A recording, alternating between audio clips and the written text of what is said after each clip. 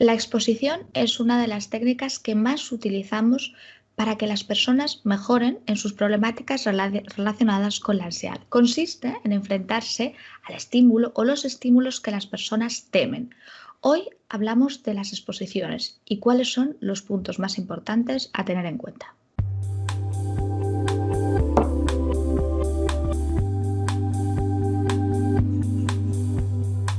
Pues bienvenidos a todos a un capítulo más de este consultorio en el que, ya sabéis, tratamos todos los aspectos que están relacionados con la ansiedad y con los trastornos que están asociados a ella. Y como ha dicho Cristina, en este caso vamos a hablar de las exposiciones. Primero vamos a justificarlas en un primer lugar. ¿Para qué nos van a servir las exposiciones? Exponernos a aquella situación temida, ¿de acuerdo? No es que nos vayamos a exponer a los medios ni nada parecido. Cuando hablamos de exposiciones estamos diciendo que nos estamos exponiendo a aquella experiencia que me da miedo y que probablemente pues, haya condicionado como un estímulo fóbico. ¿Bien? Lo primero es que las personas tenemos que aprender a romper con mis fantasías, porque cuando tenemos o cuando hemos adquirido una fobia, realmente no estamos contactando con el objeto temido, sino que estamos contactando con la fantasía de lo que yo creo que va a pasar si yo entro en contacto con el objeto temido. Esto es muy importante. De tal manera que lo que me da la exposición es un toque de realidad. Una cosa es lo que está diciendo en mi cabeza y otra cosa es lo que pasa. Esto es súper importante. La exposición es la manera, es digamos como sería como ponernos en el papel de los científicos que están probando hipótesis. Los científicos no pueden coger sus teorías de la nada ni de su intuición. Los científicos tienen que probar y corroborar sus teorías y esto es lo que está haciendo una persona que está sometiéndose a una exposición. Está corroborando teorías, está contactando con el miedo de forma real. Por otro lado, me va a ayudar mejor a entenderme y a poder entender mejor mi proceso. ¿Esto por qué? Pues porque muchas veces estamos hablando en abstracto de los pensamientos, de lo que nos tiene que pasar, y hasta que no estamos en contacto con la realidad de una forma plena y adecuada, muchas veces no podemos reaccionar. Podemos reaccionar a partir de la realidad, no a partir de la fantasía. De nuevo, ese contacto con la realidad nos permite ubicarnos, nos permite, bueno, pues poder entender que una cosa es lo que creemos que pasa y otra cosa es lo que nos está pasando, Cristina. Rubén, también para poner en marcha lo aprendido, porque como solemos decirle a nuestros pacientes, nuestro cerebro a veces, bueno, pues es un poco, hablando mal, un poco capullo, ¿no? ¿Y por qué pasa esto? Bueno, pues porque no le basta con saber las cosas, no le basta con que entendamos una serie de cuestiones a nivel cognitivo, sino que también necesita la experiencia. Es decir, la persona ha podido creerse que no le va a ocurrir nada, ha podido saber, ¿no? Su lógica le dice que no le va a ocurrir nada porque le dé un ataque de ansiedad. Pero esto no nos lo terminamos de creer hasta que comprobamos que es cierto, que no ocurre nada. Y para eso tenemos, bueno, pues que hacer ese trabajo de campo y exponernos a aquello que tememos. También para poder empezar a motivarnos, ¿no? Muchas veces nos encontramos en consulta, tanto Rubén como yo, nuestras compañeras, personas que han dejado de creer en todo esto, ¿no? Y dicen, oye, pero ¿yo para qué voy a someterme a un determinado sufrimiento a nivel psicológico si yo voy a estar así toda mi vida, ¿no? Esto viene a ser como, yo estoy mal hecho, ¿no? Yo tengo un problema cerebral, entonces, ¿para qué merece la pena esto? Y claro, si eso fuera así, si hagas lo que hagas, nada va a merecer la pena, pues nosotros somos los primeros que entenderíamos que nadie se enfrentara a la ansiedad que le va a suponer volver a contactar con aquellos estímulos que le producen, ¿no? Esa ansiedad que mencionamos. Entonces, esos primeros contactos, volver a recontactar otra vez con aquello que tememos, va a empezar a crear dentro de nosotros la idea de que quizás sí que haya algo más detrás de toda esa ansiedad que yo voy experimentando a picos cada vez que toco esos estímulos. Y también para volver a dar de comer, como decíamos, a nuestra autoestima, porque es muy complicado muchas veces cuando la vida de las personas está muy reducidas a nivel social, a nivel vital, a nivel laboral, que las personas tengan una buena estima, ¿no? A veces se trabaja la estima con un concepto un tanto utópico, ¿no? Como si te dices una serie de cosas y consigues tener un buen discurso interno, podrás quererte mucho, pero nosotros creemos que a veces eso es incompatible con determinados ritmos o determinadas maneras de vivir. Entendemos perfectamente que si uno está entre cuatro paredes o ha limitado, por ejemplo, totalmente sus interacciones sociales, es muy difícil poder tener un buen concepto y poder llegar a amarse, ¿no? a uno mismo. Así que esta también es uno de los grandes motivos. Ahora bien, ¿cómo, Rubén? ¿Con qué factores vamos a tener que contar importantes a la hora de exponernos? El primero es que las personas normalmente han desarrollado una ansiedad anticipatoria. La ansiedad anticipatoria es esa ansiedad que se produce antes de enfrentarnos al estímulo. Por lo general, para mí es uno de los aspectos claves para poder afrontar adecuadamente una fobia. ¿Por qué? Porque las decisiones se toman no tanto en base, y esto es importante, no tanto en base a lo que yo estoy experimentando o a lo mal que lo estoy pasando muchas veces en la situación temida, sino en cómo creo que yo voy a pasar y voy a sentir y voy a estar en esa situación temida. Es decir, las decisiones las tomamos antes de que eso suceda. ¿Y en qué nos basamos? Bueno, pues en suposiciones, en especulaciones. La ansiedad temida, la ansiedad anticipatoria es una ansiedad que además va a estar acompañándonos a lo largo del proceso. Va a ser casi de los últimos elementos en irse cuando yo estoy tratando de eliminar una fobia, porque bueno, es la que más va a necesitar de comprobación para poder realizar esa desasociación que yo he establecido entre el estímulo y el miedo. Otra de las partes importantes va a ser cómo graduamos la exposición. Muchas personas rechazan la exposición en sí mismo porque no pueden asumir, no pueden digerir que de repente se les pida y se les diga que para poder empezar a viajar, por ejemplo, mejor en el metro, tienen que subir al metro. Para ellos es algo en ese momento tan inconcebible que, como decimos, se produce un rechazo.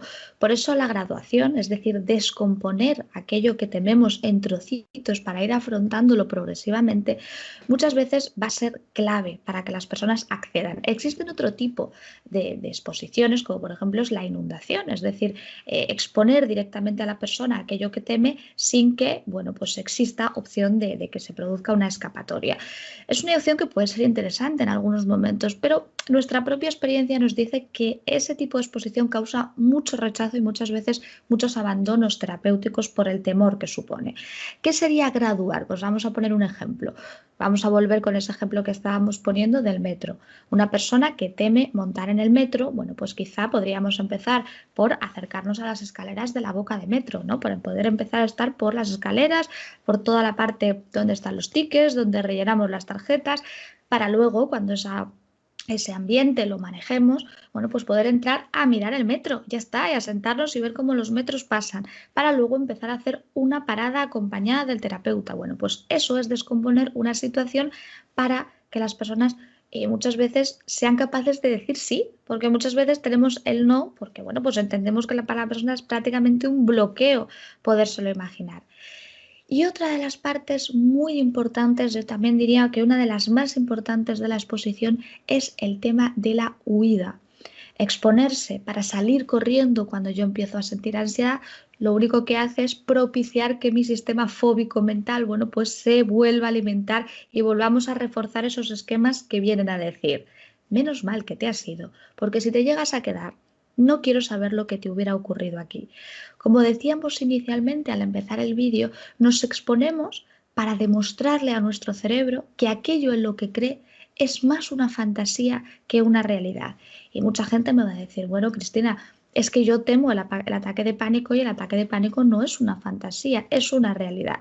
Aunque el ataque de pánico en sí mismo lo que nos hace sufrir es todo lo que rodea, toda la fantasía que rodea el mero ataque de pánico. Me voy a morir de un infarto, me voy a volver loco, me voy a ahogar, voy a perder el control. Suele ser aquellos elementos que hacen sufrir en sí mismo a la persona. ¿Cuál es el objetivo? Bueno, pues demostrar que ni nos volvemos locos, ni perdemos el control, ni vamos a tener un ataque de pánico infinito, que todo eso, como decíamos, pertenece más a nuestra fantasía que a algo real. Por lo tanto, no huir va a ser uno de los puntos fundamentales.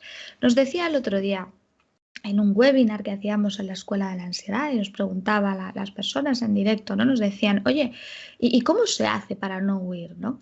Y es cierto, ¿no? que es algo complejo de explicar, ¿no? No es que se haga algo per se, sino que entendemos que las personas van generando una serie de confianza, van generando una serie de porqués que hacen que las personas puedan permanecer en aquellos lugares que tanto temen. Es cierto que hay una serie de técnicas, bueno, pues como pueden ser las técnicas de relajación, las técnicas de respiración, las técnicas de distracción, que también van a poder ayudar a la persona en esos momentos, pero no es que resida ahí la clave mágica y que gracias a que uno respira muy bien, entonces decide quedarse. Yo creo que como todo en la vida, uno decide, ¿no? Sacrificarse, entre comillas, porque cree y porque va pudiendo creer en los beneficios que eso le va a dar. Si uno no cree en nada, es muy difícil que esté dispuesto a quedarse a experimentar una experiencia tan dura y tan compleja como puede ser el pánico, Rubén. ¿Y por qué es tan importante evitar esta huida? Bueno, por dos razones fundamentales. La primera es que es la única forma que tenemos para desconfirmar nuestras creencias. Tenemos que aprender, como hemos dicho, a entrar en contacto, y eso hace que muchas veces no reforcemos la idea de que ese algo es peligroso. ¿Por qué? Porque cuando uno sale de la situación, cuando uno sale y huye de una situación, se queda con una idea. La idea es, menos mal que al final me fui, menos mal que al final me pudieron rescatar, menos mal que al final, bueno, pues encontré la salida. Y esto no hace más que dejarnos un poco dentro de esa idea de que nos hemos librado por los pelos, y además esto va a ser un comportamiento que va a reforzar nuestra conducta de evitación, porque la conducta de evitación es algo que se puede ir reforzando, y al final vivimos la evitación como la única salida posible para poder librarnos de la ansiedad. Por otro lado, vamos a entender otra cosa. Las emociones son emociones. Los pensamientos son pensamientos. Por lo tanto, tienen su límite. Porque tanto pensamientos como emociones, por mucho creemos que están flotando en el aire, tienen una base física. Lo que nos va a demostrar también la exposición es que las emociones, ¿vale? Y la activación de nuestro sistema nervioso tiene un límite. Y cuando ese límite toca con un tiempo, con una intensidad, no puede prolongarse hasta el infinito, sino que lo que va a hacer al final es decaer. Y entonces nos empezamos a dar cuenta de que no estamos tan en peligro como imaginábamos, que al final es aprender a surfear un poco, ¿no? Esto de aprender a manejarnos con las emociones y con los pensamientos cuando estamos padeciendo un trastorno de ansiedad. Y también, Rubén, quizás añadir la importancia de volver a reforzar nuestra sensación de control, porque como nos habréis escuchado muchas veces, es cierto que no tenemos el control sobre muchas cosas, pero hay otras muchas sobre las que sí lo tenemos, como es, por ejemplo, nuestra conducta. Mira, yo creo que un 9 de 10, por no decir un 10 de 10 de nuestros pacientes, siempre afirman esto. Yo no puedo subir al metro, yo no puedo irme lejos de casa, yo no puedo hablar frente a un público. Y una de las cosas que nosotros también les ayudamos a ver es que sí que pueden, ¿no? Que lo que pasa es que deciden no hacerlo porque tiene mucho miedo y eso es muy lícito también. Pero con el no puedo uno tiene la sensación de haber perdido el control de su vida, ¿no? Que pareciera que ahora hubiera algo dentro de ellos que fuera lo que decide salir corriendo o no salir, ¿no? Y toda esa fantasía también de perder el control del propio organismo, de la respiración, de mi corazón o de mi propio sistema cognitivo, ¿no? De perder la capacidad de decidir sobre mis actos y empezar de repente a gritar, ¿no? Que es una fantasía muy recurrente también, a golpear. Y es nuestra manera de darnos cuenta que no nos pase, no es algo aleatorio, porque la gente tiene esa sensación de, oye, no me ha ocurrido, pues porque me he ido, pero eso que yo temo, esa pérdida de control que yo temo, tanto de mi cuerpo como de mi cerebro, va a ocurrir. Y quedarnos es darnos cuenta que no es que no ocurra porque se han alineado los astros, sino que no ocurre porque nunca hemos perdido el control de nosotros mismos ni de nuestra propia conducta. Es importante repetir las exposiciones, que no se queden en hechos aislados. ¿Por qué? Porque hay que afianzar un aprendizaje. Porque si realizamos una exposición y no volvemos a repetirla, nuestro cerebro va a darnos una explicación o va a darnos una justificación y nos dirá, bueno, simplemente fue un golpe de suerte o fue algo que, bueno, en ese momento no sucedió. Debe ser que te dio una crisis de ansiedad pequeña y no grande, o cualquiera de esas excusas, porque realmente cuando estamos realizando una exposición estamos también entrando en una disonancia cognitiva. Es decir, nosotros tenemos una creencia y entonces se produce una alteración de los resultados de lo que esperamos. Por lo tanto, se produce una ligera tensión en ese momento. Entonces tengo que ver o cambio mi comportamiento o cambio mis creencias. Esto sería lo que está pasando. Por lo tanto, si en un momento determinado no vuelvo a afianzar mi comportamiento, es muy probable que termine autojustificándome y termine, bueno, pues no teniendo una explicación precisa acerca de aquello que ocurrió. Por otro lado, nos va a ayudar a generalizar. Los miedos se generalizan, pero también la pérdida de los miedos se generaliza. Si yo quiero subir en avión, la experiencia que yo tenga montando en metro me va a servir. Así que la experiencia que yo tenga montándome en autobús también va a servir. Los aprendizajes se generalizan y los miedos también se generalizan. No es personal, es intransferible porque somos humanos y los humanos seguimos procesos de condicionamiento parecidos a los que puede sufrir un animal. Por muy sofisticados que nos creamos, en este caso el aprendizaje de los miedos es un aprendizaje muy primitivo y sigue unas reglas muy primitivas. Y por otro lado, creo que es importante exponerse porque la exposición me está reforzando la idea de que yo no tengo por qué vivir con esto o esto no tiene por qué truncar mis objetivos vitales. Y por último, Rubén, vamos a hablar de una parte muy importante. Tú antes has hablado de que no solo es lo que pasa en la exposición, hablabas de la anticipación como un factor muy importante. Y vamos a hablar que también otra de las cosas, ya por último, que tenemos que tener en cuenta es cómo nos contamos después las exposiciones. Hay muchas veces que vivimos el hecho de exponernos como si fuéramos a ponernos un termómetro vital que va a determinar quiénes somos, en qué momento de nuestro proceso, ¿no? Le damos un valor tan grande a la exposición que, como nosotros le decimos, si lo raro sería que no te pusieras nervioso. Estás experimentando. Y como estás experimentando, habrá veces que saldrás con una sensación más satisfactoria y habrá veces que saldrás con una sensación más desagradable, porque exponerse es eso, es exponernos, no es determinar quiénes somos nosotros en la vida. Y también hay que darle su justa importancia, entendiendo que es una técnica muy importante. En sí misma, cada experiencia a nivel individual no va a ser tan determinante y eso pongamos los pies en la tierra si no queremos al final, bueno, pues vivir como decíamos, como en episodios tan determinantes en nuestra vida.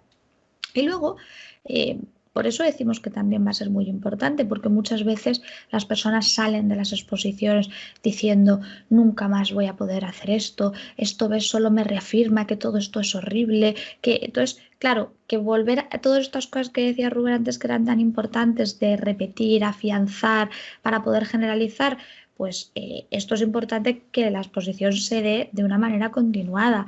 Por lo tanto, es normal que si yo salgo contándome todo ese tipo de cuestiones, pues yo al final no quiera volver. Por eso también, como decíamos, es importante poner las cosas en su sitio y entender que a veces no es tanto las cosas que nos pasan, sino cómo nos contamos las cosas que nos pasan.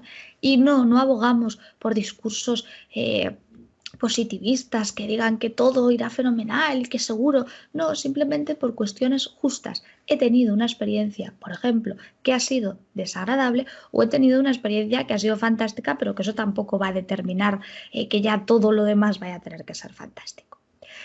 Así que hasta aquí nuestro vídeo de hoy. Como siempre os decimos, si queréis poneros en contacto con nosotros, si queréis hacer una consulta, podéis hacerlo a partir de nuestro correo electrónico que es info@amadag.com o nuestra página web que es www.amadag.com.